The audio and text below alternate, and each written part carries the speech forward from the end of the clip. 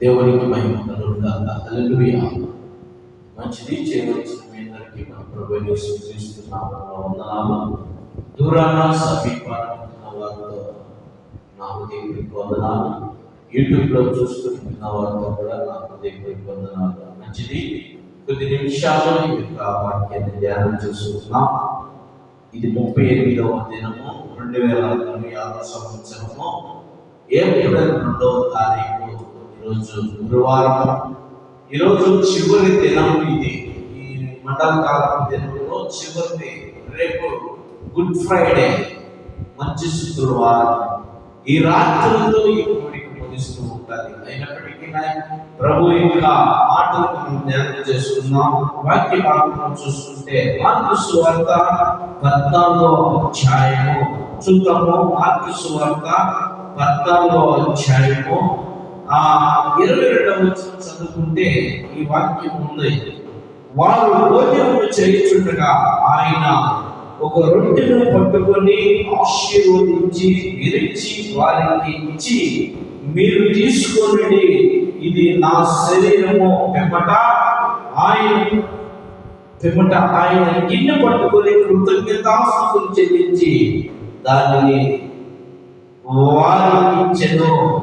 వారందరూ దానిలోని త్రాగిరి. చిన్న ప్రార్థన చేసుకుందాం. ప్రార్థన చేసుకొని వాక్య భాగాన్ని ధ్యానం చేద్దాం. ప్రేమ కలిగిన తండ్రి, చెప్పుల యేసయ్యా, జీవాధిపతి తండ్రి, స్తోత్రాలు వరకు పాడుతున్నారా నీ నామాన్ని కనపరిచే సమయంలో కొద్ది నిమిషాన్ని మాత్రమే ధ్యానం చేయవచ్చుగా అల్లుని నన్ను భద్రపరుచుకో.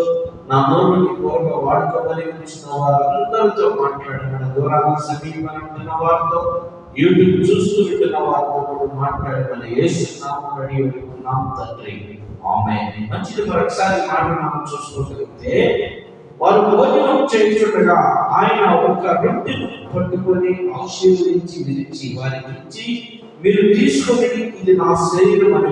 పిమ్మట ఆయన గిన్నె పట్టుకొని కృతజ్ఞతాస్తుతులు చెల్లించి దానిని వారికి ఇచ్చెను. వారు దానిలోని త్రాగిరి.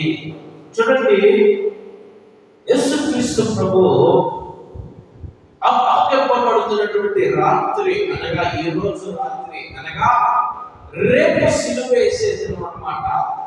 సిలువ వేసే దినానికి ముందు రాత్రి అనగా ఈ రోజు రాత్రి 2026 సంవత్సరాల క్రితం సంఘటన ఇది. అంటే ఈ రోజు కాదండి, 2026 సంవత్సరాలు జరిగిపోయింది. తరతరాలు గడిచిపోయినాయి. చాలా కోట్ల మంది గతించిపోయారు, కోట్ల మంది పుట్టిన గతించిపోయారు. 2026 సంవత్సరాల క్రితమైన మాటలు నాకు చదువుతుంది. ఈ రోజు అనగా రేపు గుడ్ ఫ్రైడే అంటే ఈ రోజు గురువారం సాయంత్రం జరుగుతున్నటువంటి సంభాషణ. ఈ సంభాషణలో మనం ఆలోచన చేసుకోగలిగితే చూడండి, అదే 17వ వచనం, మార్కు సువార్త 14:15 వచనంలో ఉంది. ఆయన సాయంకాలం అయినప్పుడు ఆయన 12 మంది శిష్యులతో కూడా వచ్చెను.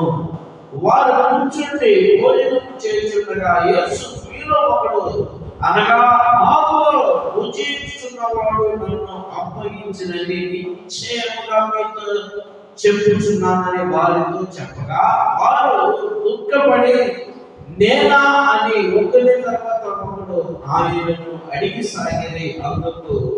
అందుకు ఆయన 12 మందిలో ఒకడే అనగా నాతో కూడా పాత్రలో చెయ్యి ఉంచిన వాడే, నాతో కూడా పాత్రలో చెయ్యి ఉంచిన వాడే నిజముగా మనిషి కుమారుని ఆయన గురించి రాయబడినట్టు పోవచ్చున్నాడు. అయితే ఎవరి చేత మనిషి కుమారుడు అప్పగింపబడుచున్నాడో ఆ మనుషునికి శ్రమ, ఆ మనుషుడు పుట్టైన ఎలా వారికి మేలే అనిను.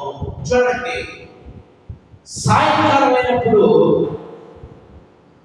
ఆయన 12 మంది శిష్యులు తీసుకొని వారు భోజనం చేయడానికి కూర్చొని ఉండగా యేసు వారితో ఆ 12 మంది శిష్యులతో కలిసి భోజనం చేసే ముందు యేసు ప్రభు శిష్యులతో అంటున్నాడు.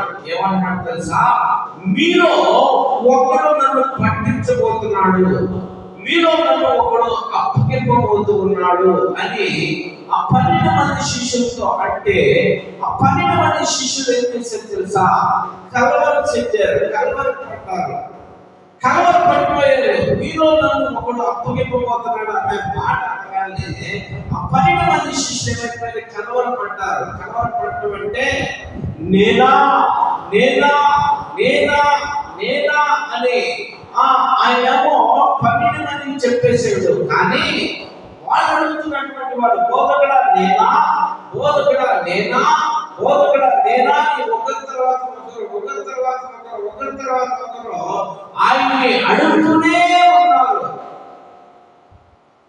12 మంది. యోధాను అడిగాడు, ఏమన్నా తెలుసా? నేను కాదుగా బోధకుడా అన్నాడు.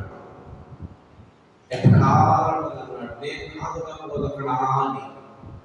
పిల్లరా, ఆయన చెప్పిన మాట ఏంటంటే లేఖనం నెరవేరాలి కాబట్టి ఓకే, ప్రవక్తలు రాయబడిన మాటలు కాబట్టి ఓకే, ఇది ఆ రీతిలో జరిగిపోయింది. కానీ మీలో నన్ను ఒకడు అప్పగించబోతున్నాడు అనే మాట చెప్పినప్పుడు శిష్యులు కలవరం చెందారు, కలవరపడ్డారు,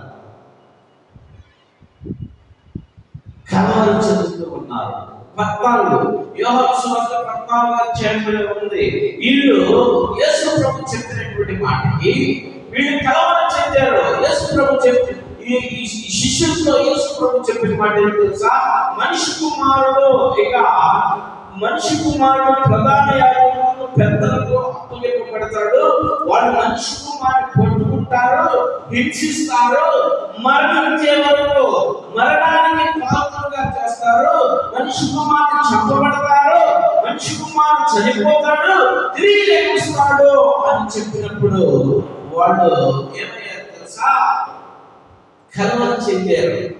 ఏంటయ్యా నువ్వు చనిపోతున్నావా? ఏంటయ్యా నిన్ను చంపిపోతున్నారా? ఏంటయ్యా ఈ బాధ? అవునంటయ్యా అని కలవరం చెందారు, కలవరపడ్డారు. కారణం ఏంటో తెలుసా? ఆయన అప్పుడు దాకా సంతోషంగా ఆయన బాడీ గార్డ్ లాగా తిరిగారు. ఆయన చుట్టూ ఒక బాడీ గార్డ్స్ లాగా ఆయనకి తోడుగా ఉన్నారు.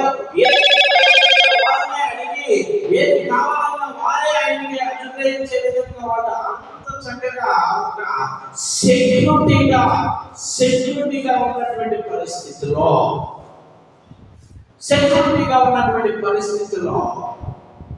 వాళ్ళు కలవరపడ్డారు. ఇలా యోహాను సువార్త 14వ అధ్యాయం తీసుకుంటున్నాం. కలవరం చెందారు. కలవరం చెందినప్పుడు వాళ్ళు ఎంత వ్యాధం చెందుతూ ఉన్నారో. ఏంటయ్యా ఇక మనం జనసమూహంలోకి వెళ్ళలేమా? ఏంటయ్యా నువ్వు అద్భుతాలు చేయవా? ఏంటయ్యా నువ్వు ఆశ్చర్యాలు చేయవా? ఏంటయ్యా నువ్వు అందరినీ బాగు చేయవా? ఏంటయ్యా నువ్వు దియాలు ఎల్లగొట్టవా? ఏంటయ్యా నువ్వు నీరు ద్రాక్షరసం చేయవా? ఏంటయ్యా నువ్వు రొట్టెలు చేయవా? ఇవన్నీ అడుగుతూ ఉన్నారు. కలవరపడతారు, ఒకడు బెద్దపోయారు. మీకు ఎలా ఉందో నాకు తెలియదు, కానీ ఈరోజు ఈ రాత్రి కోడికి లాస్ట్, ఇక రేపు రాత్రి కోడికి ఉంటుందా అంటే ఉండదు. రేపు రాత్రి నుంచి నాకు ఈ 32 దినాలు నాకు ఒక ఆనందకరమైనటువంటి దినాలుగా నేను ఉన్నాను. ఎందుకంటే రోజు నుంచి మీకు సువార్త ప్రకటించడానికి, రోజు మిమ్మల్ని దర్శించడానికి, రోజు మిమ్మల్ని పలకరించడానికి, రోజు మీకు సువార్త బోధించడానికి నాకు హ్యాపీగా ఉంది. కానీ రేపు నుంచి లేదు. రేపు సాయంత్రం ఉండదు ఎక్కువగా, ఇక ఎల్లుండి ఉండదు, మళ్ళీ సోమవారం ఉండదు, మంగళవారం ఉండదు, బుధవారం ఉండదు, గురువారం ఉండదు, శుక్రవారం ఉండదు, శనివారం ఉండదు, ఆదివారం అచ్చాలి. ఎట్లా చూసుకుంటే ఇక లెంటి దినాలు అయిపోయినట్టే, మండలకాల దినాలు అయిపోయినట్టే. మాకు కనపడితే రోజు ఈ 40 దినాలు తప్పు సువార్త ప్రకటించుకుంటున్నాం. ఎందుకంటే 2026 సంవత్సరంలో జరిగిన సంఘటనలు ఇప్పుడు తెలియపరుస్తున్నాం సువార్త ద్వారా. అంతేగాని ఆయన ఇప్పుడు ప్రత్యేకంగా ఈ రాత్రి పట్టబడడం, ఈ రాత్రి ఆయన అప్పగించడం, ఈ రాత్రి ఆయన్ని కొట్టరు, ఈ రాత్రి ఆయన్ని అవమానించరు, ఈ రాత్రి ఆయన ఏం చేయలేరు. మరి ఉదయాన్నే ఆయన్ని తీసుకెళ్ళి ఆ పిలాతుకి అప్పగించలేరు. ఆ పిలాతుకి సిలువేమని చెప్పడం, సిలువ అయిపోయిందో ఆయన వేగం కొట్టడం, ఆయన చచ్చిపోవడం, తిరిగి లేకపోవడం అయిపోయింది. ఒకసారి మీకు ప్రతి సంవత్సరం జరగలేదు. పిల్లలు ఆలోచించేయండి. దాన్ని పరిశీలించుకొని మేము సువార్త ప్రకటిస్తున్నాం. సువార్త ప్రకటిస్తున్నానే నీకే చదువు సువార్త. యేసు శిలువ గురించిన సువార్త నీకు తెలియపరుస్తున్నా. నీకు వెర్రితనంగా ఉంటే, ఈ శిలువ సువార్త నీకు వెర్రితనంగా ఉంటే, వెర్రితనమే. రక్షింపబడుతున్నటువంటి వారికి ఈ శిలువ సువార్త జీవము కలిగి ఉండింది.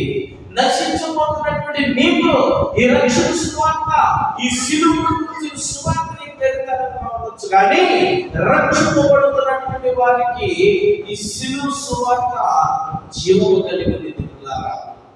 జీవముతో కూడినటువంటి మాటలు, వాళ్ళకి ఉత్తేజాన్ని కలిగినటువంటి మాటలు, నీరసంతో పడిపోయినటువంటి వారికి శరాయిగా ఎక్కిస్తే ఆ ఉత్సాహం కాదు, రక్తం లేనటువంటి వారికి రక్తం ఎలా ఎక్కిస్తే ఎంత ఆరోగ్యం ఉంటుందో అంత జీవం కలిగినటువంటి సువార్త శిలువను గురించిన సువార్త. ఈ 40 దినాలు శిలువను గురించి మనం ధ్యానం చేసేట్టున్నారా? ఈ రాత్రి చివరి దినం ఇది. ఈ రాత్రి నీకు కూడా చివరి దినం గుర్తుపెట్టుకో. రేపు వినటానికి వీలు కూడదు, రేపు వినటానికి వీలు కుదరదు, రేపు వినటానికి వీలు పడగదు, రేపు వినటానికి వీలు పడకూడదు. నువ్వు రాలేవు, నీకు కుదరదు. అందుకని ఈ రాత్రి నీకు చివరి దినం ఇది. ఈ రాత్రి నీకు చివరి గడియ ఇది. ఈ రాత్రి సద్వినియోగం చేసుకోగలిగితే నీ జీవితం సస్యశ్యామలమైపోయింది. నీ జీవితాన్ని చిగురింపగలిగింది, నీ జీవితాన్ని ఉత్తేజింపబడింది ఈ రాత్రి. అందుకని నీకు తెలియపరిచాను. ఆ యేసుక్రీస్తు ప్రభు వీళ్ళు చెప్పినప్పుడు శిష్యులు వీళ్ళు కలవరం చెందారు. ఏమని? ఒక మనిషి కుమారుడు చచ్చిపోబోతున్నాడు, 3 దినాలు నాశనాడు అని చెప్పినప్పుడు యేసు ఉండబడతాయా బోధకుడా, ఇక మాతో ఉండవా, బోధకుడా పలకనీవా, బోధకుడా మన దగ్గరికి రావా అని కలవరం చెందారు. సరదాగా పైకి చేసుకొని సత్వం చేసుకొని చేయి కొట్టుకొని తిరిగినటువంటి వీళ్ళు ఈ మాట ఎప్పుడైతే చెప్పాడో కలవరం చెందారో, కలవరం చెందినటువంటి వారికి ప్రభు చెబుతున్నటువంటి మాట, ఈ రాత్రి నీవు కూడా కలవరం చెందితే, ఈ రాత్రి ఇక రేపు దినం నుండి కూడికి లేదు, రేపు దినం నుండి ఇక 2 దినాలు లేవు, రేపు దినం నుండి మనం ఉపవాసం లేదు, రేపు దినం నుండి శిలువ గురించిన సువార్త, రేపు నుండి మనం ఏమి అని నీకు ఈ రాత్రి కలవరంగా ఉంటే, చదువుతున్న వాక్యం మీద జాగ్రత్తగా 14వ అధ్యాయంలో వచ్చిన చదువమ్మా. 14వ అధ్యాయంలో వచ్చిన చదువు, మైకి చదువు. మీ హృదయములో కలవరపడి ఉండి దేవుని యందు విశ్వాసం ఉంచుడి, నా యందు విశ్వాసం ఉంచుడి. నా తండ్రి దగ్గర అనేకమైన నివాస స్థలములు కలవు, లేని యెడల మీతో చెప్పుదును, మీకు స్థలం సిద్ధపరచుటకు మాత్రమే నేను వెళ్తున్నాను. నేను వెళ్ళి మీకు స్థలం సిద్ధపరిచి నేను స్థలంలో మీరుండాలా, మరలా వచ్చి నేను మిమ్మల్ని తీసుకొని పోదును. హల్లెలూయా. చూడండి, కలవరం చెందుతున్న సమయంలో, కలవరం పడుతున్నటువంటి సమయంలో వీళ్ళు చెప్పినటువంటి మాట ఏం తెలుసా? మీ హృదయాన్ని కలవరపడియంలో, ఎందుకంటే నా యందు విశ్వాసం ఉంచు చాలు, మీరు నా యందు విశ్వాసం ఉంచండి చాలు. అప్పుడు ఆయన యందు విశ్వాసం ఉంచమన్నాడు. ఇప్పుడు ఎవరు యందు విశ్వాసం ఉన్నాడో తెలుసా? పరిశుద్ధాత్ముడే విశ్వాసం ఉంచు. ఈ 40 దినాలు నీకు అయిపోయినా నువ్వు కలవరపడాల్సిన అవసరం లేదు. నీ కొరకు ఆదివారము, నీ కొరకు శుక్రవారము ఏర్పాటు చేయబడి ఉంది. పరిశుద్ధాత్మ దేవుడు నీతో మాట్లాడటానికి ఈ పునరుత్థానపు దేవుడు నీ కొరకు ఈ ఉపవాసమైన శుక్రవారం నీకు ఉంది. నువ్వు 40 దినాలు నీకు లేకపోవచ్చు, పరిశుద్ధాత్మ దేవునికి తోడుగా ఉన్నాడు. ఆయన వెళ్తూ వెళ్తూ నీకు ఆనంద కనిపిస్తానన్నాడు. నీ హృదయం కలవరం చెందాల్సిన అవసరం లేదు. నీకు పరిశుద్ధాత్ముడు తోడుగా ఉన్నాడు.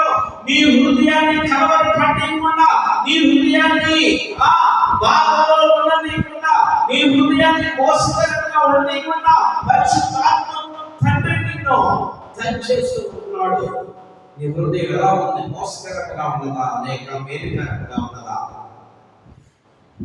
ఈ పరిశుద్ధాత్మ దేవుని హృదయాన్ని ఎలా ఉన్నదని ఆయన పరిశోధిస్తూ ఉన్నాడు. నువ్వు కలవరం చెందాల్సిన అవసరం లేదు. ఆనాటి కాలంలో యేసుక్రీస్తు ప్రభువారు ఉన్నాడు కాబట్టి వాళ్ళతో చెప్పిన మాట, ఈనాడు పరిశుద్ధాత్మ దేవుడు నీతో ఉన్నాడు, మనందరితో ఉన్నాడు, సర్వలోకంలో ఉన్నాడు.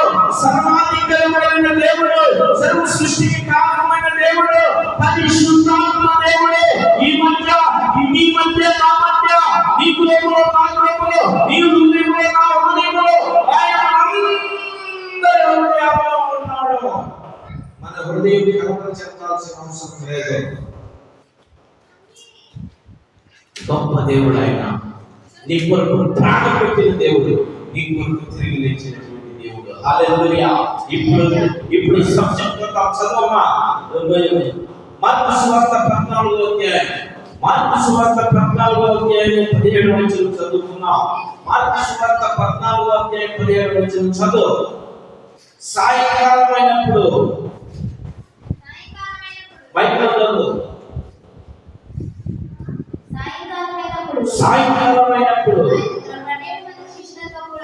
వచ్చును.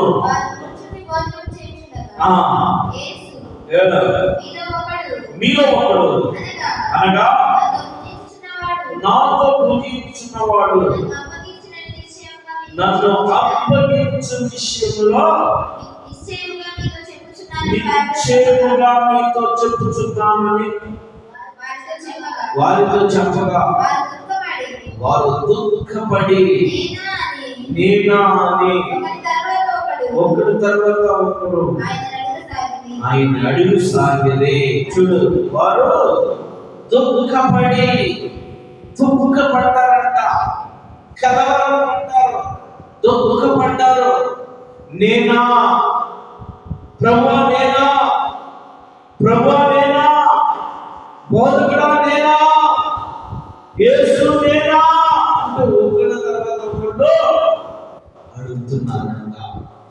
మీలో ఒకడు నన్ను అప్పగింపబడుతున్నాడు, మీలో నన్ను ఒకడు అప్పగించబోతున్నాడు అని చెప్పినప్పుడు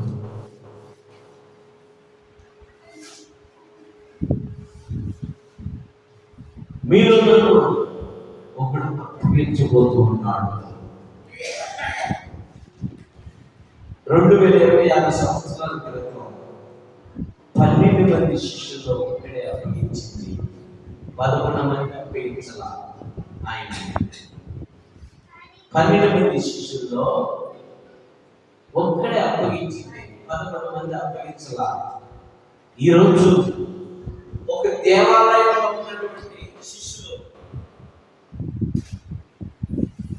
ఈరోజు ఒక మందిరంలో ఉన్నటువంటి విశ్వాసం, ఒక సంఘంలో ఉన్నటువంటి విశ్వాసం ఎంతమంది అప్పగిస్తున్నారు ఆయన్ని ఆలోచించేది.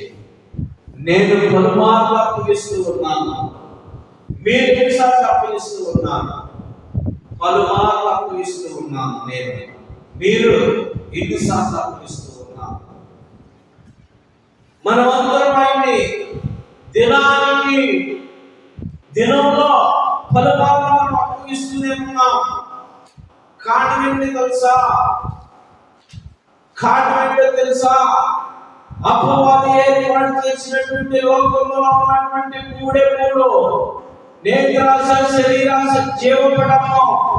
వీటి నిమిత్తములో మనం పలుమార్లు ప్రభుని మరలా అప్పగించడానికి మనము ఉన్నాం. నేత్రాశ, శరీరాశ, జీవపడము. ప్రియులారా, గర్వము, అహంకారం, డాంబికం ఇవి మనల్ని ఏం చేస్తుందో తెలుసా? ప్రభుని అప్పగించడానికి ప్రయత్నం చేస్తుంది. మన నేత్రాశ చూసిందాక కావాలనుకున్నటువంటి నేత్రాశ ద్వారా ప్రభుని అప్పగిస్తూ ఉన్నాయి. శరీరాశ కావాల్సిన ద్వారా పొందుతున్నాం అనేది శరీరాశ. కావాలన్న చూసిందాక తినాలన్నటువంటి విషయం శరీరాశ. దీనివల్ల ప్రభుని అప్పగిస్తూనే ఉన్నాం. వాళ్ళు 11-12 గంటల్లో ఒక్కటి మాత్రమే అప్పగించాడు. కానీ మనం ఉన్న వారితో ఎంతమందిని అప్పగిస్తున్నాం? మాటల ద్వారా, తలంపుల ద్వారా, ఉద్దేశాల ద్వారా, కోరికల ద్వారా, ఊహల ద్వారా, చేసేటువంటి క్రియల ద్వారా, చెప్పే అమృతాల ద్వారా, తిట్టే బూతుల ద్వారా ఇన్నిసార్లు ప్రభుని అప్పగిస్తూ ఉన్నాము. ఆయన ఒక్కసారి చనిపోయి తిరిగి లేచాడు. మరి నువ్వు ఎన్నిసార్లు ఆయన్ని చంపుతున్నావు తెలుసా? ఎన్నిసార్లు ఆయన్ని చంపుతూ, ఎన్నిసార్లు ఆయన్ని కోసం లెగుస్తూ, ఎన్నిసార్లు చంపుతున్నావు ఆయన్ని? మాటల ద్వారా చంపుతున్నావు, బూతుల ద్వారా చంపుతున్నావు, అబద్ధాల ద్వారా చంపుతున్నావు, చూపుల ద్వారా చంపుతున్నావు, ఊహల ద్వారా చంపుతున్నావు, తలపుల ద్వారా చంపుతున్నావు, ఉద్దేశాల ద్వారా చంపుతున్నావు, క్రియల ద్వారా చంపుతున్నావు, అవమానాల ద్వారా చంపుతున్నావు, అపఖ్యాతుల ద్వారా చంపుతున్నావు, అపనిందల ద్వారా చంపుతున్నావు, ఆడిపోసల ద్వారా చంపుతున్నావు. ఎవరన్నా ఎంత నీకు ఎంత సార్ ఆడిపోసుకుంటునే వాళ్ళని దాని ద్వారా చంపుతున్నావు. ఆలోచించే నా ప్రియమైనటువంటి సహోదరి సహోదరుడా, ఈ రాత్రి ఎన్నిసార్లు చదువుతున్నాము? వాళ్ళు 12 మందిలో 11 మంది తొక్కబడ్డారు. ఒకడా నేనా ప్రభువా, నేనా యేసు, నేనా తండ్రి, నేనా అని తొక్కబడ్డారు. కానీ నీవు తొక్కలేదు. సులభంగా అవతారాలు, సులభంగా పూర్తి పెడతారు, సులభంగా ఆయన్ని అవమానపరుస్తున్నావు, సులభంగా ఎక్కడెత్తావు మందిరాన్ని సులభంగా ఎక్కడెత్తావు. చిన్న చాకు కలిగితే సార్ చిన్న సాక్షి కలిగితే సార్ నన్ను అప్పగించినట్టేగా. ఎవరైనా నిన్ను అడుగుతారు కదా, ఏమమ్మా ఏదో ప్రార్థనకి వెళ్ళలేదు, ఏదో మా ప్రార్థనకి వెళ్ళలేదంటే ఇప్పుడే పని నుంచి వచ్చేటి పనిలో లేదు. అక్కడ నొప్పి, గడుపులో నొప్పి, కడుపులో నొప్పి, పట్టి నొప్పి, కాళ్ళు నొప్పులు, వీడి నొప్పులు, ఒళ్ళు నొప్పులు, తల నొప్పులు, లేనిపోయి నొప్పులు చదువుతా అబద్ధాలే. ఇప్పుడే పనికి వచ్చిన చదువుతా అబద్ధమే. పనికి వచ్చిన ప్రార్థనకి వెళ్ళడానికి ఏమి, దేవుడి దగ్గరికి వెళ్ళడానికి ఏమి, దేవుడి సన్నిధికి వెళ్ళడానికి ఏమి? దేవుడి సన్నిధికి వెళ్తే కదా దేవుడు దీవించేది, దేవుడి సన్నిధికి వెళ్తే కదా దేవుడిని ఆశీర్వదించేది, దేవుడి సన్నిధికి వెళ్తే కదా దేవుడు నీకు కావాల్సిన సమకూర్చేది. ఎన్నిసార్లు అర్పిస్తున్నావు నువ్వు? ఈ రాత్రి నువ్వు మరి మాటలకి, ఈ రాత్రి ఈ మాటలు దేవుడు నీతో సూటిగా మాట్లాడుతుంటే నాతోనే మాట్లాడుతున్నావు ప్రభువా, నా గురించి చెబుతున్నావు ప్రభా, నన్ను గర్జించి చెబుతున్నావు ప్రభా, నేను రెవలే చెబుతున్నావా? నీ హృదయాన్ని ప్రభు పట్ల చెప్పుకుంటున్నావా? నీ హృదయంలో జరుగుతున్నటువంటి కార్యకలాపాలన్నీ ఆపుకుంటున్నావా? ప్రభా, నన్ను గుర్తు చేసేవా, నా గురించి చెప్పేవయ్యా, నాతో మాట్లాడేవయ్యా, ఈ కార్యక్రమంలో తొలగించుకున్నానయ్యా, ఈ రాత్రి చెప్పుకుంటున్నావా? లేదు, అప్పగించాలనే చూస్తున్నావు. యేసు ప్రభుని చంపాలనే చూస్తున్నావు. యేసు ప్రభుకి మొదటి పెట్టాలని చూస్తున్నావు. వాళ్ళైతే 3 మేకులే కొట్టింది, నువ్వు ఇన్ని మేకులు కొడుతున్నావు. గుర్తుపెట్టుకో. వాళ్ళైతే 39 కొరడాలనే కొట్టారు, నువ్వు రోజుకి ఎన్ని దెబ్బలు కొడతావు? గుర్తుపెట్టుకో. వాళ్ళైతే ఒక్కసారి కలిసారు, ఎన్నిసార్లు ఆపిస్తున్నావు ప్రభుని? వాళ్ళు ఒకసారి ఉండగలిగిన పెట్టి నువ్వు ఎన్నిసార్లు ఉండగలిగిన పెట్టి అద్దుతున్నావో? ఎంతసేపు ఒక రక్తం కార్చడం? నా ప్రియమైన సహోదరి సహోదరుడు, ఈ రాత్రి వింటున్నావా ఈ మాటలు? ఈ రాత్రి నీతో మాట్లాడుతున్నటువంటి పరిశుద్ధాత్మ దేవుడి మాటలు వింటున్నావా? నీలో ఉంటున్నాగా పైన ఉంటున్నావా? నిమిత్తంగా పశ్చాత్తాపం వస్తుందా? నిమిత్తమైన పశ్చాత్తాపం వస్తే నువ్వు మేలుకొల్పబడతావు, నువ్వు దీవించబడతావు, నువ్వు ఆశీర్వదించబడతావు. నీకు మేలు తప్ప కీడు నిన్ను వెంటాడదు. నువ్వు కానీ మేలుకొల్పబడితే, లేకపోతే నువ్వు కీడులో కీడు పడమే తప్ప మేలు నీ జీవితంలో జరగకపోవచ్చు. ఒక్కొక్కవారు విడిచిపెట్టాలా? ఎన్ని మార్లు ప్రభుని అప్పగిస్తున్నామో వాళ్ళు ఒక్కసారి అప్పగించారు. నువ్వు ఎన్ని మార్లు అప్పగిస్తున్నామో గుర్తుపెట్టుకో. 33 నాణ్యాలకి ఆయన అప్పగించింది. నువ్వు ఎన్ని వేలు కొట్టుకుంటున్నావో, ఎన్ని లక్షలు కొట్టుకుంటున్నావో అప్పగించడానికి. పిల్లలారా, వేలాలలో మాట వేస్తే 8 లక్షలు, మాట వేస్తే 8 లక్షలు తీసుకున్నావు. అబద్ధ సాక్ష్యం చెప్తే 8 లక్షలు తీసుకుంటున్నావు. ఈ అన్ని కూడా అప్పగించడానికే ప్రభుని గుర్తుపెట్టుకో. నీ జీవితం ఆలోచించే నా ప్రేమల సోదరి సోదరి, రాత్రి నేను మేల్కొల్పడానికే అప్పగింపబడుతున్నటువంటి రాత్రి గుర్తుపెట్టుకో. నువ్వు మేల్కొల్పబడటానికే ఈ మాటలు అలా దిగులు పడ్డారంట. వాళ్ళు మీలో అప్పగించుకుంటున్నాడు అంటే దిగులు పడ్డారంట. నేనా ప్రభువా, నేనా ప్రభువా, నేనా ప్రభువా, నేనా ప్రభువా, నేనా ప్రభువా అని. ఈ రాత్రి నీకు లేకపోతే ఈ మాట అంటున్నాడు, నువ్వు రాలేకపోతున్నావు. నేను కాదు ప్రభువా, నేనా ప్రభువా. చూడు ఎంత శ్రేష్టంగా రాసినటువంటి మాటలు. చదువు 9వ వచ్చిన చదువు. దుఃఖపడి నేను ఆయన యొక్క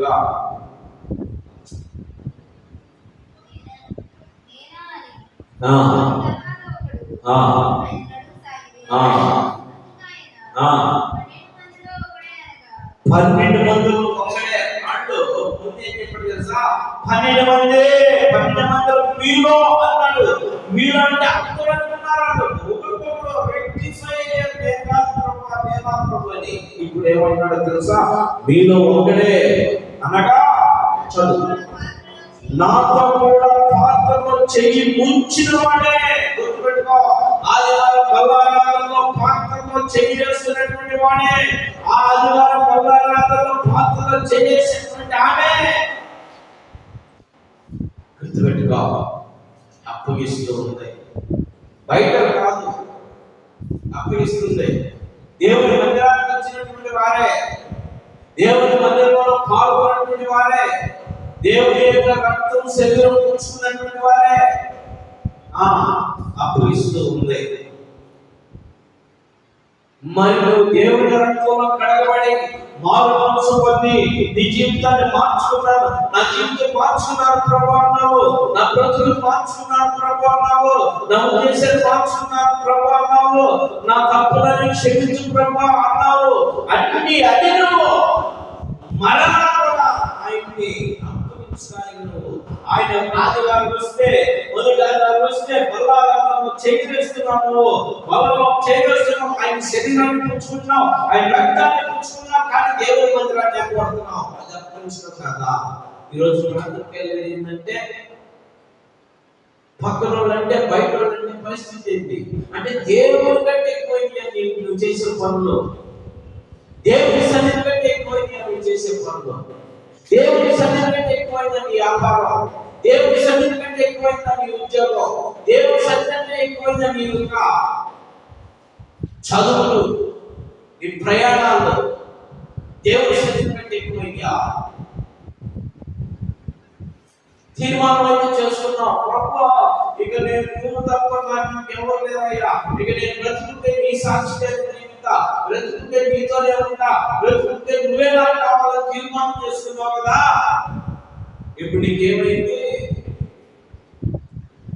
ఆయన పాత్రలో చేస్తూ ఆయన శరీరాన్ని పంచుకున్నటువంటి నువ్వే దేవుని మందిరాన్ని అప్పడుతున్నావు. గుర్తుపెట్టుకో, దేవుడిని అప్పగిస్తున్నావు. గుర్తుపెట్టుకో, నువ్వు పనికి వెళ్ళిన చోట ఈరోజు ఆదివారం నువ్వు ప్రార్థనకి వెళ్ళవా, మందిరానికి వెళ్ళమంటే అబ్బే వేసేవాడు నాకు తెలియదు, పేరు లేదు నువ్వు అన్నట్టే అది కదా. అబ్బా వేసేవాడు నాకు తెలియదు, చర్చి మా ఇంట్లో లేదు అంటావా, మా ఊళ్ళో చర్చి లేదు, మా ఊళ్ళో ప్రార్థన పెట్టరు అంటావా. నువ్వు వెళ్ళిన చోట ఏంటి ఈరోజు ఆదివారం మీద చర్చికి వెళ్ళలేదన్నావు అంటే అబ్బే చర్చి మా ఊళ్ళో లేదే అని అంటావా.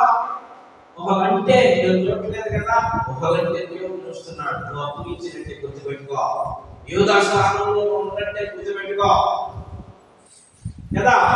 లేదా ఇప్పటి ముఖ్యమే అన్నా కూడా అప్పగించినట్టే గుర్తుపెట్టుకో.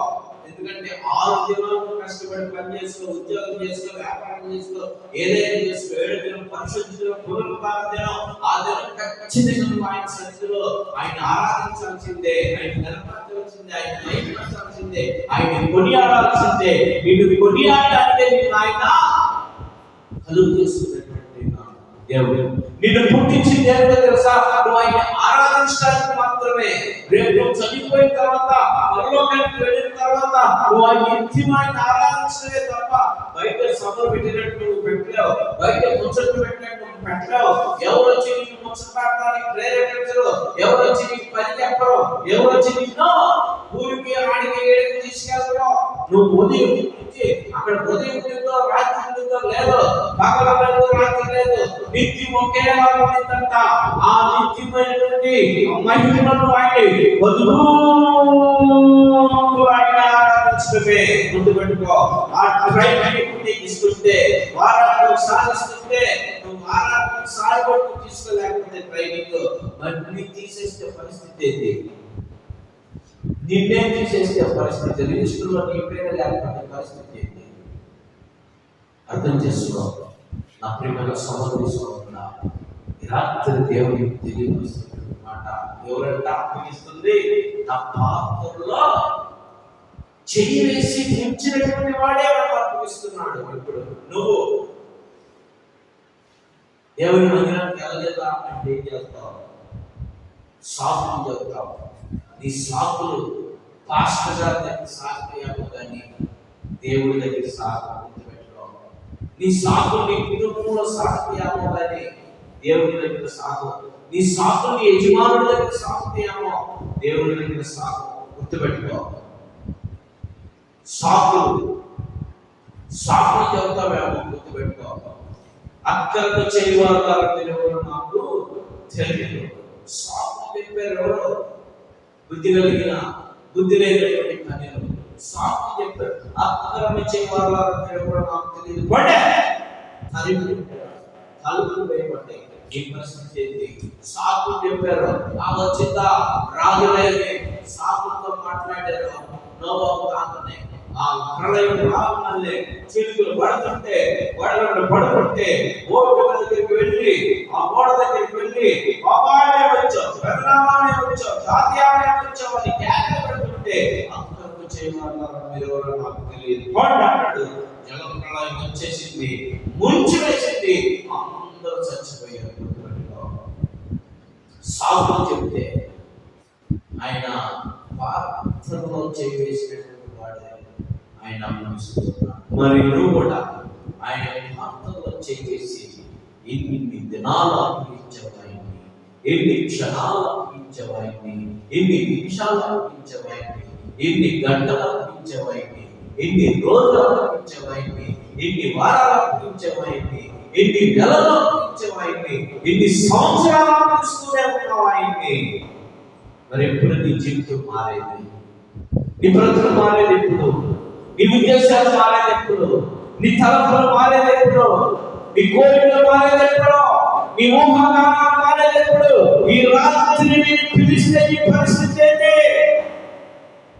ఈ రాత్రి నేను పేరు పెట్టి పిలిస్తే నీ పరిస్థితి ఏంటి?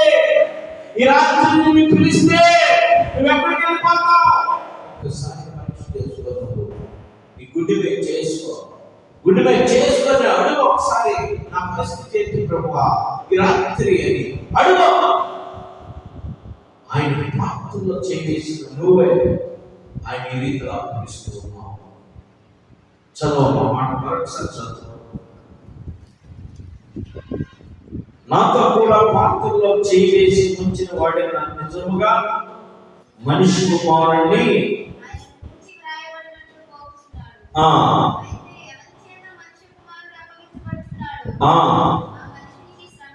మైక్ చదువు వినపడుతుందా అందరికి? నిజముగా మనిషి కుమారుడు ఆయన గురించి వ్రాయబడినట్టు పోవచ్చున్నాడు. అయితే ఎవరి చేత మనిషి కుమారుడు అప్పగింపబడుచున్నాడు ఆ మనుషునికి శ్రమ. ఆ మనుషుడు పుట్టి ఉండగలరా వానికి వేదని. చూడండి, ఎవరైతే గుర్తుపెట్టుకో, ఎవరైతే ఆయన పాత్రలో చేయి వేసి ఆయన అప్పగిస్తూ ఉన్నారో ఆ మనుషునికి శ్రమ. గుర్తుపెట్టుకో, నువ్వు దేవుని మందిరాన్ని విడిచిపెట్టి దేవుని మందిరానికి రాకుండా నీ ఇష్టానుసారమైన పనులు పెట్టుకొని, నీ ఇష్టానుసారమైన వ్యాపారాలు పెట్టుకొని, నీ ఇష్టానుసారమైన ప్రయాణాలు పెట్టుకొని, నీ ఇష్టానుసారమైనటువంటి ఉద్దేశాలు వెళ్ళిపోతే నీకు శ్రమ. నీకు శ్రమ తప్ప మేలు నీకు జరగదు. మేలు నీ జీవితంలో రాయిసి పెట్టదు, నీకు శ్రమే. గుర్తుపెట్టుకో, ఒకవేళ నువ్వు పుట్టినా కూడా నీకు ఏదంట లాభం లేదు, ఏదంట మేల నువ్వు పుట్టుకుంటేనే మేలు అయింది, నువ్వు పుట్టుకుంటేనే మేలుగా ఉండేదంట. కానీ నువ్వు పుట్టేవుగా, నువ్వు అప్పగిస్తున్నావు కదా, నీకు మేలు ఉండదు, నీకు శ్రమ తప్ప. గుర్తుపెట్టుకుని రాత్రి అందుకనే 22వ వచనంలో వారు భోజనం చేయించుండగా ఆయన ఒక రొట్టెని పట్టుకొని ఆశీర్వదించి విరిచి వారికి ఇచ్చి, మీరు తినుడి, తీసుకొని, ఇది నా శరీరము. పిమ్మట ఆయన గిన్నె పట్టుకొని కృతజ్ఞతాస్తుతులు చెల్లించి దానిలో కొంచెం వారికి ఇచ్చిన వారందరూ దాని నుండి త్రాగినప్పుడు ఆయన, ఇది నిబంధనమైన అనేకుల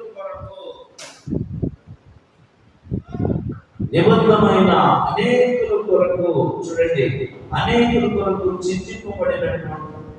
చింతింపబడుచున్న రక్తము. చదువు 24వ వచనం చదువు, 23వ వచనం చదువు, 23 చదువు. పిమ్మట కృతజ్ఞతాస్తుతులు చెల్లించి దాని వారికి ఇచ్చెను. వారందరూ దానిలోని త్రాగిరి. అప్పుడు ఆయన, ఇది నిబంధన విషయమై అనేకుల కొరకు చిందింపబడుచున్న నా రక్తము. నేను దేవుని రాజ్యంలో ద్రాక్షారసం కొత్తదిగా త్రాగడం వరకు ఇకను దాన్ని త్రాగని మీతో నిశ్చయంగా చెప్తున్నాను. అనేకుల కొరకు చింతింపబడుతున్న నా రక్తం అంటే ముందుగానే డిక్లరేషన్ చేసేట్టుగా ఆయన రాత్రి అప్పగించబడే రాత్రి అనగా ఈ రాత్రి ఆయన చెప్పిన మాట, అనేకుల కొరకు నా రక్తాన్ని చింతించబోతున్నాను. అనేకుల కొరకు, అందులో నువ్వు కూడా ఉన్నావు. అందులో నువ్వు కూడా ఉన్నావు. నీ కొరకు ఆయన రక్తాన్ని చిందించబోతున్నాడు. ఈ రక్తం గొర్రెపిల్ల రక్తం, ఈ రక్తం పరిశుద్ధ రక్తం, ఈ రక్తం కళంకం లేని రక్తం, ఈ రక్తం యొక్క అమూల్యమైన రక్తం, ఈ రక్తము నిరపరాధి యొక్క రక్తం. ఈ రక్తము ద్వారా నువ్వు శుద్ధీకరింపబడితే, ఈ రక్తము ద్వారా నువ్వు శుద్ధీకరింపబడితే, ఈ రక్తం ద్వారా నువ్వు నిత్య జీవం కలిగింది, లేకపోతే నిత్య నరకమే కలిగింది. ఈ రక్తం ద్వారా నువ్వు శుద్ధీకరింపబడితే, ఈ రక్తమే బాప్తిసం, ఈ రక్తమే బలారాధన, ఈ రక్తమే నీ మారు మనసు జీవితం. అది నువ్వు పొందుకోగలిగితే నిత్య జీవానికి వెళ్తావు, లేకపోతే నిత్య నరకానికి వెళ్తావు. అగ్ని యాగం కొరకు చాపదు, అగ్నిలో కాలాల్సిందే. నువ్వు నరకానికి వెళ్తే, పరలోకానికి వెళ్తే ఆ యుగ యుగాలు ఆ ప్రభుని ఘనపరుస్తూ, మహిమపరుస్తూ, ఆరాధిస్తూ, కొనియాడుతూ యుగ యుగాలు జీవిస్తావు. చేరువ నీకు నాకు మనందరికీ వారికి సదాకాలం తోడే నడిపించును గాక. ఆమేన్. ఈ మాటలు దేవుడు దీవించుగాక.